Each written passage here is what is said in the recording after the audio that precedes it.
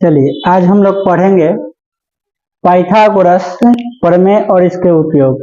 आप लोग बचपन से ही पढ़ते आ रहे हैं पाइथागोरस के बारे में। पाइथागोरस एक वैज्ञानिक के नाम जो अपने नाम पर 10th क्लास में एक थ्योरम दिया, जो हमको ऐसा लगता है कि लगता क्या है, हर एक साल बीच करके एक थ्योरम देता है हमेशा, और एग्जाम में पूछा जाता है। पाइथागोरस जो हम लोग पढ़ते आ रहे हैं, पाइथागोरस कहते किस पर है कि ये समकोण त्रिभुज होता है, और इस समकोण त्रिभुज में बोलते हैं कि 90 डिग्री के ठीक सामने वाला भुजा जो कर्ण होता है, और आप इसको अगर थीटा मानेंगे तो ये आपका क्या हो जाएगा, लंब, और ये हो जाएगा आधार। तो कर्ण का जो स्क्वायर होता है, कर्ण का स्क्वायर होता है आधार के स्क्वायर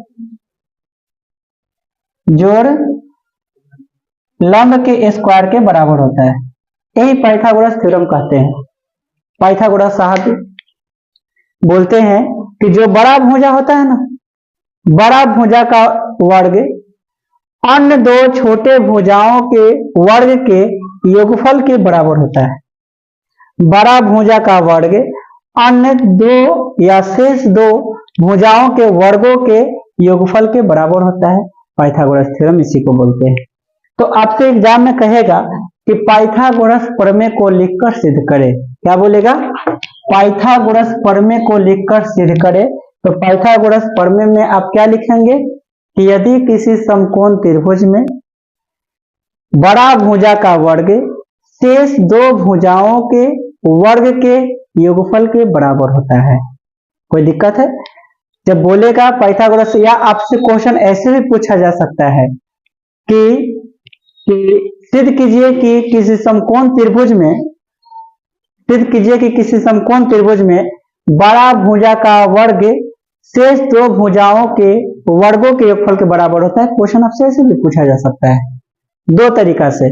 एक कहेगा कि पाइथागोरस प्रमेय को लिखकर सिद्ध करे, और दूसरे का कह देगा कि सिद्ध कीजिए कि बड़ा भुजा का वर्ग अन्य दो छोटे भुजाओं के वर्गों के योगफल के बराबर होता है।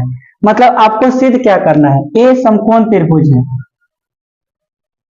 ठीक है, ये समकोण त्रिभुज है ए बी सी, ये 90 डिग्री है। सिर्फ गिवन में आपको क्या देगा, सिर्फ गिवन में आपको देगा त्रिभुज एबीसी एक समकोण त्रिभुज है, एक समकोण त्रिभुज है जिसका कोण भी समकोण है। ठीक है, कोण भी क्या है, समकोण है। आपको प्रूफ क्या करना है, टू प्रूफ दैट आपको प्रूफ ये करना है कि ये जो कर्ण का स्क्वायर है, एसी का स्क्वायर बराबर एबी का स्क्वायर प्लस बीसी का स्क्वायर, यही आपको प्रूफ करना है। ठीक है, हम लोग बचपन से पढ़ते आ रहे हैं, लेकिन आज इसका प्रूफ देखेंगे कि कैसे ये आया। कि केवल हम लोग रटते थे, तो रटते नहीं थे, बल्कि इसको आज देखेंगे कि कैसे आया। यहाँ कुछ कंस्ट्रक्शन कर लेते हैं। कंस्ट्रक्शन का मतलब क्या, रचना। क्या रचना करते हैं कि शीर्ष बी से कर्ण पर लंब डाल देते हैं बीडी। तो रचना में क्या करेंगे कि बीडी लंब एसी पर डाला। ठीक है, बीडी लंब एसी पर डाला। अब यहाँ क्या करेंगे कि देखिए, पिछला जो थ्योरम हम लोग पढ़े थे, वो थ्योरम का भी यहाँ पर हम इस्तेमाल करेंगे। ठीक है, पिछला जो थ्योरम पढ़े थे उसका हम लोग क्या करेंगे, इस्तेमाल करेंगे। तो यहां से क्या करेंगे कि त्रिभुज एक लेंगे ए डी बी तथा एक त्रिभुज बड़ा वाला लेंगे ए बी सी। त्रिभुज ए बी सी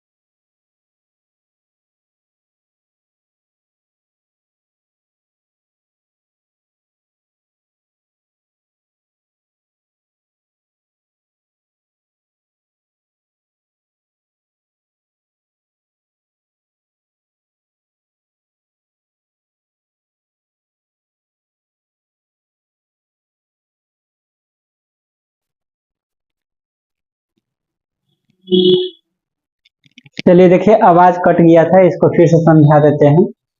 ये आपको त्रिभुज एबीसी दिया हुआ रहेगा और एक त्रिभुज समकोण त्रिभुज दिया हुआ रहेगा। ठीक है, तो गिवन में त्रिभुज एबीसी एक समकोण त्रिभुज है जिसका कोण बी क्या है, समकोण है। ये गिवन में दिया हुआ रहेगा। हमको प्रूफ करना है कि AC के स्क्वायर बराबर AB के स्क्वायर प्लस BC के स्क्वायर, यानी बड़ा भुजा का स्क्वायर दोनों छोटका भुजा के स्क्वायर के जोड़ के बराबर होता है, यही प्रूफ करना है। और रचना क्या कर लिए कि BD AC पर लंब डाल लिए। अब सबसे पहले क्या करेंगे कि एक A वाला त्रिभुज लेंगे ADB और एक पूरा एक बड़ा त्रिभुज लेंगे।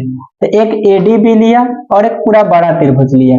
तो यहां से एंगल D और एंगल B 90 डिग्री है और यहां से दोनों में क्या है, एंगल ए कॉमन है। तो त्रिभुज ADB और ABC एंगल से क्या हो गया, समरूप हो गया। जब त्रिभुज समरूप होता है तो भुजा समानुपाती होता है।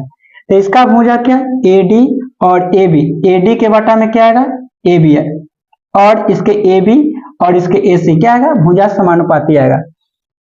यहां से हम लेने के लिए DB और बटा BC भी ले सकते थे, लेकिन यही दोनों से हमारा क्रॉस मल्टीप्लाई करने पर AB का स्क्वायर बराबर AD गुना AC आ गया। तो इसको समीकरण क्या मान लिए, 1 मान लिए। और फिर एक A वाला त्रिभुज और एक पूरा वाला त्रिभुज, बड़ा वाला त्रिभुज मिलेंगे। यानी BDC और ABC में लिए। तो यहां से भी एंगल D और एंगल B दोनों में 90 डिग्री है और दोनों में एंगल C और एंगल C क्या है, कॉमन है। देखिए यहाँ फोटो बनाए हुए, एंगल D और एंगल B 90 डिग्री और एंगल C कॉमन। त्रिभुज समरूप, भुजा समानुपाती। तो यहां से देखेंगे तो इसके ABC और इसके नीचे AC आएगा, BC के नीचे AC आएगा, ACD हो जाएगा और इसके नीचे BC आएगा। तिरछा तिरछी गुना करेंगे तो BC के स्क्वायर बराबर AC गुना CD। दोनों समीकरण को क्या कर देंगे, जोड़ देंगे। तो यहाँ दोनों को जोड़ दिए, इसका LHS और ये दोनों का RHS। AB के स्क्वायर प्लस BC के स्क्वायर बराबर AD गुना AC और यहाँ पर AC गुना CD। दोनों में से AC कॉमन कर लेंगे तो AD और प्लस क्या हो जाएगा, CD। तो यहाँ से AB के स्क्वायर प्लस BC के स्क्वायर बराबर AC और AD प्लस CD करेंगे, AD और प्लस CD करेंगे तो पूरा हमारा AC मिल जाएगा। तो ये AC हो गया, AC गुना AC क्या हो गया, AC का स्क्वायर हो गया। तो यही हमारा क्या हो गया, प्रूफ हो गया पाइथागोरस थ्योरम। अब क्या करना है, अब देखिए इसका विलोम भी आपसे पूछ देगा, जिसे थेल्स पर में था, थेल्स विलोम था, उसी तरीका से आपसे यहाँ पाइथागोरस का विलोम भी पूछा जा सकता है। और पाइथागोरस में विलोम में क्या पूछा जा सकता है, तो कहेगा कि यदि किसी त्रिभुज के बड़ा भुजा का वर्ग छोटे भुजा के वर्ग के योगफल के बराबर है तो बड़ा भुजा के सामने का कोण समकोण होगा, सिद्ध करें।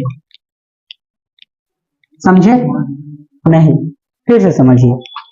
पाइथागोरस विलोम पूछेगा, कहेगा कि पाइथागोरस विलोम को लिखकर सत्यापन करें, या आपको कह देगा कि यदि किसी त्रिभुज में बड़ा भुजा का वर्ग अन्य दो छोटे भुजाओं के वर्ग के योगफल के बराबर होता है तो सिद्ध कीजिए कि बड़ा भुजा के वर्ग बड़ा भुजा के सामने का कोण क्या होगा, समकोण होगा।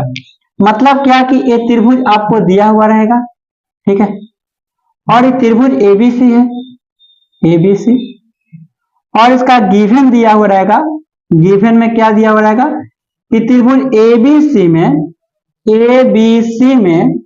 ABC में AC का स्क्वायर बराबर AB का स्क्वायर प्लस BC का स्क्वायर एक गिवन में दिया हुआ रहेगा। ठीक है, जब ये चीज गिवन में दिया हुआ है और आपको प्रूफ करना क्या है कि एंगल B बराबर 90 डिग्री होगा। जब 90 डिग्री था तो आपको ये प्रूफ करने के लिए कहा, लेकिन कहा कि जब E वाला दिया हुआ है तो 90 डिग्री उसका विलोम प्रूफ कीजिए। मतलब टू प्रूफ डेट, क्या प्रूफ करना है, टू प्रूफ डेट सिद्ध करना है कि एंगल B बराबर 90 डिग्री, ये प्रूफ करना है। तो कुछ यहां पर हम लोग क्या कर लेंगे, कंट्रक्शन कर लेंगे। कंट्रक्शन में क्या करेंगे, तो कंट्रक्शन में एक और त्रिभुज की रचना करेंगे। DEF। कहेंगे त्रिभुज DEF एक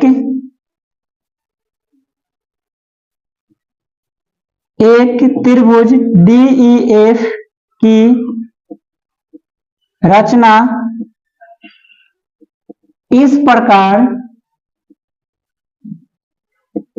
किया कि DE, इसमें त्रिभुज DEF एक समकोण त्रिभुज का रचना करेंगे। एक त्रिभुज DEF समकोण त्रिभुज का रचना इस प्रकार किया कि यहां से DE बराबर क्या होगा, AB। ठीक है, DE बराबर AB, ये समकोण त्रिभुज है। ठीक है, और यहां से EF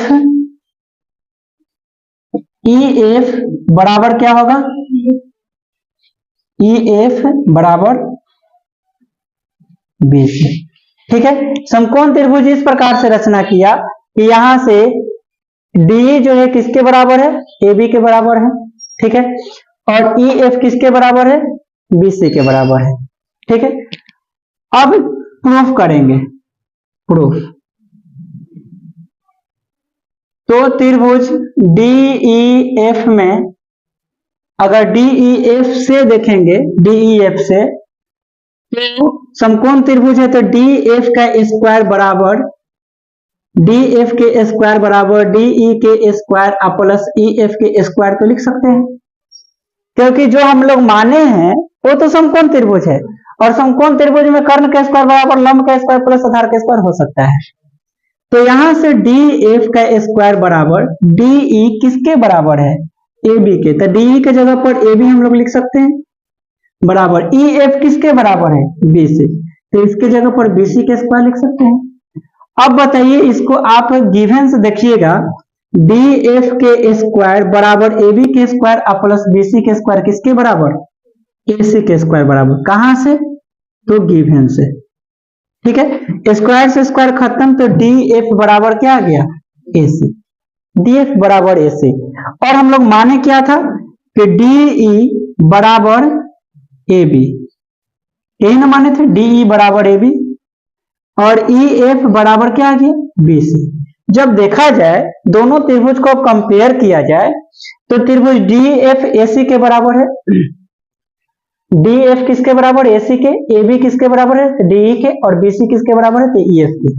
मतलब तीनों के तीनों भुजा क्या हो गया, बराबर हो गया। तो आप 9th क्लास में पढ़े थे कि अगर त्रिभुज के तीनों भुजा संगत भुजा बराबर हो जाए तो त्रिभुज यहां से ABC और सर्वांगसम हो जाता है त्रिभुज DEF।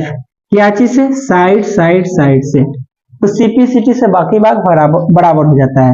तो यानी एंगल ABC बराबर क्या हो जाएगा, 90 डिग्री से CPCT से बराबर हो जाएगा, यानी प्रूफ हो गया। बोलिए कोई दिक्कत है? तो ये दोनों थ्योरम जो है बहुत ही इंपॉर्टेंट है, एग्जाम में बार बार पूछते रहता है ये दोनों थ्योरम को। तो इसलिए आपको थेल्स प्रमेय बताए हैं, थेल्स विलोम बताए हैं, और उसके बाद पाइथागोरस बता दिए, पाइथागोरस विलोम बता दिए। उसके बाद आपको दो समरूप त्रिभुज के क्षेत्रफलों का अनुपात उनके संगत भुजाओं के वर्गों के अनुपात के बराबर होता है। त्रिभुज के परिमाप का अनुपात त्रिभुज के भुजाओं के अनुपात के बराबर होता है, ये भी प्रूफ करवाए हैं। त्रिभुज का क्षेत्रफल का अनुपात जो है उसके माध्यिका के वर्गों के अनुपात के बराबर होता है, ये भी प्रूफ करवाए। एक और प्रूफ करवाए थे कि समलंब चतुर्भुज के विकर्ण एक दूसरे को अनुपातिकता विभाजित करती है। इतना जो थ्योरम है बहुत ही इंपॉर्टेंट थ्योरम है, इसको एकदम घोट जाएंगे किसी भी प्रकार से, किसी भी प्रकार से इसको छोड़ना नहीं है। ठीक है, चलिए तो इसको आप लोग नोट कर लीजिए।